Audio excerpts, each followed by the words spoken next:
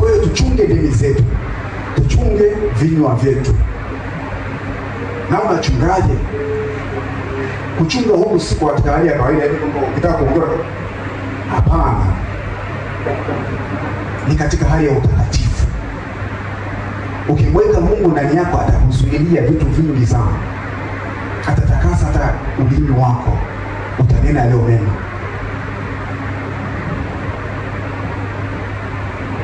Kila unapotaka kutamka neno baya, anazuia. Kwa sababu ndani unakuta kuna nguvu ya Mungu ambayo ina ucontrol mwili wako kwamba usifanye hichi, na control akili yako usifanye hichi. Na ndio maana tunasema hata unapoingia katika kuomba, hebu jaribu kuzama ndani. Zama ndani, kuzamishe kwa Mungu. Jiachie kwa Mungu. Ili usiwe na mawasiliano baina ya roho na mwili katika hali ya uharibifu.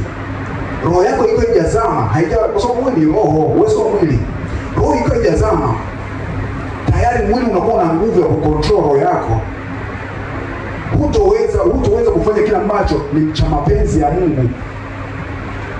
Kwa sababu gani? Roho yako imetawaliwa, imekuwa na nguvu ndogo, kwa hiyo imetawaliwa na mwili. Mwili utafanya yale ambayo ni matamanio yake. Kwa sababu wewe ndio umepewa kuishi duniani. Wewe huu mwili tusende kuishi nao mbinguni. Kwa nini Mungu anasema kwamba tutakapokufa tutapewa nani? Tutapewa nini mimi? Tutakapofufuliwa tutapewa nini mimi? Siku ya mwisho.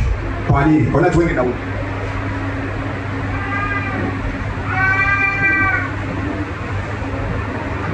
Kwa hiyo swala la kujiuliza sana, mimi ni nani? Wewe ni roho, kwa hiyo maisha yako yao matakatifu.